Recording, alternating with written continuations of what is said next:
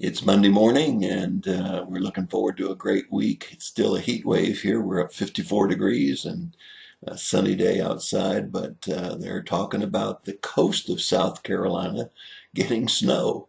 It may miss us altogether in the northern part, over towards the mountains of South Carolina, but the coastline might get the snow. Strange weather, isn't it? Well, we not terribly disappointed that we'll miss the snow and ice. We're in the book of Revelation. What are the keys that Jesus holds? What are the keys that Jesus holds in the book of Revelation? Question number 2. The 7 churches, are they actual churches? Are they past churches progressing towards the coming church? Are they prophetical churches of what the church will be like? What are those churches? Are they actual churches or not? Question number 3. What common statement is made to each of the 7 churches? What common statement is made to each of the 7 churches? Well, first of all, you need to understand that it tells us in chapter 1, verse 18, that Jesus holds the keys to Hades and death. And that's important doctrine, where you see Jesus was the firstborn of the dead and proved that he had the power over death. And he's called the living one in Luke chapter 24, verse 5. He is the living one in the book of Revelation. And so he holds the keys to death and Hades. Satan doesn't hold those keys. You see, he's in control of everything. Question number 2, the 7 churches.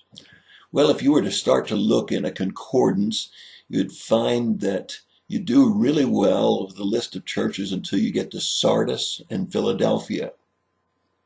And you'll find that those 2 churches are not listed in any other writings except the book of Revelation.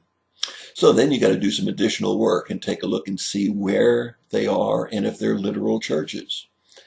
Sardis and Philadelphia are both in the region of Lydia, and very likely were impacted by Paul's ministry because they're so close to the other cities that are listed that Paul visited or had an influence over.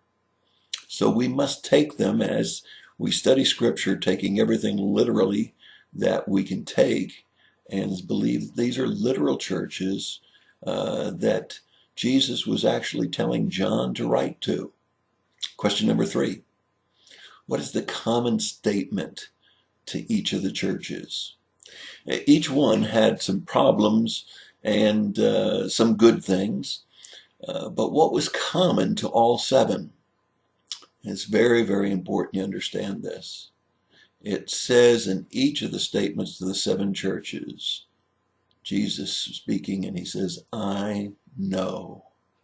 We serve an all-knowing God, one who knows every detail of our life. If you're suffering through something right now, he knows. If you're joyful right now, he knows. If you're going through some unfairness, some problems and difficulties, he knows. You see, we have an all-knowing God.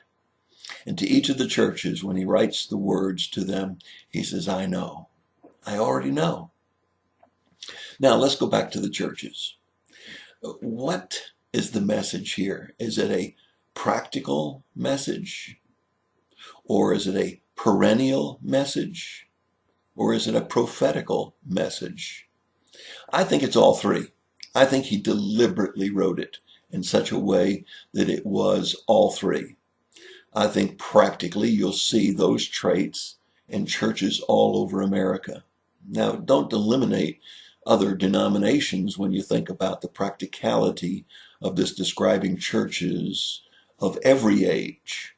Churches that had become cold, churches that had become lukewarm, churches that had served through persecution.